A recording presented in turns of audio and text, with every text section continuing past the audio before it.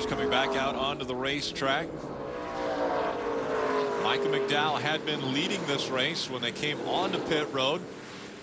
I tell you what, here's a kid who's had a lot of success at a lot of different racetracks, but for some reason, it's not been on the actual racetrack that he's been getting all of this experience.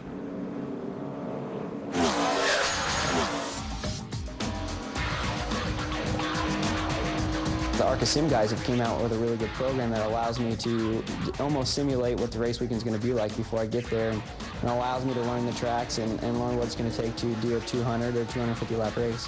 You know, the way that they've set it up is there's a lot of great default setups that you can just put in at each track, and you can go out there and have a good time and be competitive. But if you spend the time and you take the practice sessions just like you would on a real race weekend, and you fine-tune on your springs or your air pressure or your wedge or your track bar, it makes the same exact differences. And, you know, the temperature of the track changes. It changes on the game. It changes in real life. And when it does, you know, the car will get a little bit tighter, a little bit freer. And it's all the things that actually happen on the real race weekend that you learn not only how to drive it, but you also learn how to tune a little bit.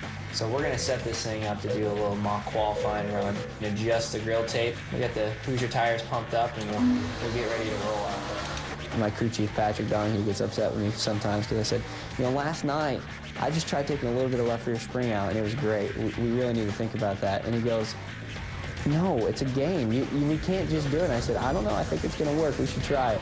And he gives me a hard time about it. But if you treat it like a game and you drive it like a game, then it's just going to be a game. If you bounce it off the wall every corner and you're riding the wall, or you're just blistering your tires and only doing 2-lap runs, then you're not learning what you really need to learn from it. But if you treat it like it's an actual race, you do get a lot from it.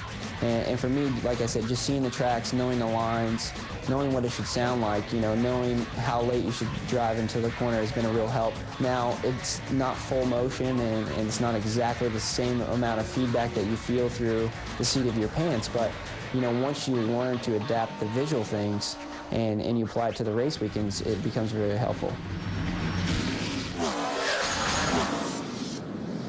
A little bit different driver suit there also. Yeah, and he bounced off the wall at Pocono during that video game, so he doesn't want to do that now. I'm guessing he learned on his sim that he's not going to do that. You know, Denny Hamlin, who won both Nextel Cup races last year, claimed that really helped him being able to run the simulated game before he came here to the racetrack, because he had never been here before. Another driver also felt like that online racing or computer-aided racing helped him. That's Carl Edwards. That's right, and he won his first time here at Pocono.